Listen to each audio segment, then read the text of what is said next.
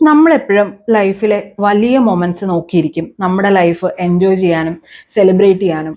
ആ വലിയ പ്രൊമോഷൻ വന്നാൽ സെലിബ്രേറ്റ് ചെയ്യാം, അല്ലെങ്കിൽ ആ അവാർഡ് കിട്ടിയാൽ സെലിബ്രേറ്റ് ചെയ്യാം, ഇത്ര ഫോളോവേഴ്സ് റീച്ച് ചെയ്താൽ സെലിബ്രേറ്റ് ചെയ്യാം, അല്ലെങ്കിൽ ആ പുതിയ ഒരു ഒക്കേഷൻ വരുമ്പോൾ, കല്യാണം വരുമ്പോൾ സെലിബ്രേറ്റ് ചെയ്യാം എന്നൊക്കെ വിചാരിച്ച് നമ്മളിരിക്കും. നമ്മൾ ലൈഫിലെ ചെറിയ ചെറിയ മൊമെന്റ്സ് സെലിബ്രേറ്റ് ചെയ്യാൻ വിട്ടുപോകും. നമ്മുടെ ലൈഫിനെ റൊമാൻറ്റിസൈസ് ചെയ്യാൻ വിട്ടുപോകും. അപ്പോൾ സംഭവിക്കുന്നത് എന്താണെന്ന് വെച്ചാൽ, ഈ ഒക്കേഷൻ എത്തുമ്പോഴത്തേക്കും നമ്മൾ ഇത്രയും നാൾ കൂട്ടിവെച്ച സന്തോഷം നമുക്ക് ഒരുമിച്ച് കിട്ടാനും പോകുന്നില്ല. നമ്മൾ ഡിസപ്പോയിന്റഡ് ആവുകയും ചെയ്യും. നമ്മുടെ ഡെയിലി ലൈഫ് നമുക്ക് സെലിബ്രേറ്റ് ചെയ്യാനും പറ്റില്ല. അപ്പൊ നമ്മൾ ചെയ്യേണ്ടത് എന്താണ്? ലൈഫിലെ കുഞ്ഞു കുഞ്ഞു കാര്യങ്ങൾ വലിയ കാര്യങ്ങളായി എടുത്ത് സെലിബ്രേറ്റ് ചെയ്യുക, എൻജോയ് ചെയ്യുക. നമ്മളെ തന്നെ ആ സെലിബ്രേഷനും സന്തോഷത്തിനും വേണ്ടി വിട്ടുകൊടുക്കുക.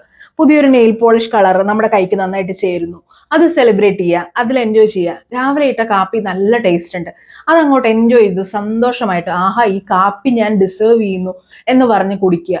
വൈകിട്ട് ജോലി കഴിഞ്ഞ് ക്ഷീണിച്ച് വരുമ്പോൾ നമ്മൾ പുതിയ ഷീറ്റ് വിരിച്ച് കിടന്നുറങ്ങുക. അതെന്ത് രസമാണല്ലേ, പുതിയൊരു ബെഡ്ഷീറ്റിൽ നല്ല സുഖമായിട്ട് കിടന്നുറങ്ങുന്നത്. അതൊക്കെ എൻജോയ് ചെയ്യാനായിട്ട് നമ്മളെ തന്നെ വിട്ടുകൊടുക്കുക. Stop waiting for huge moments to enjoy your life, to celebrate yourself. ഇന്നത്തെ ദിവസം ഒരു വലിയ മൊമെന്റ് ആണ്. ഇന്ന് ഞാൻ ജീവിച്ചിരിക്കുന്നു എന്നുള്ളത് ഒരു വലിയ കാര്യമാണ്.